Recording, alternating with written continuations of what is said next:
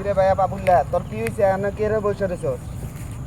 আরে ভাই কি কই দুঃখের কথা।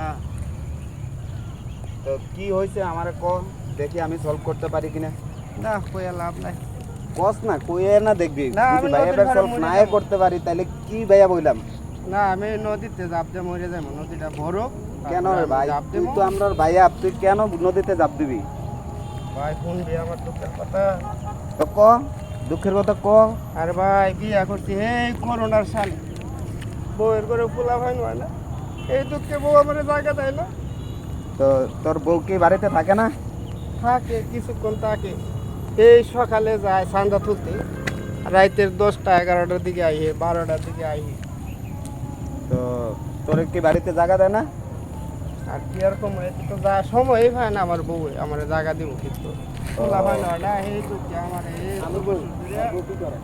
এর বউ রাত্রেবেলা চান্দা তোলে। কি রে তোর বউ বলে রাত্রেবেলা চান্দা তোলে? কি এসে চান্দা তোলে?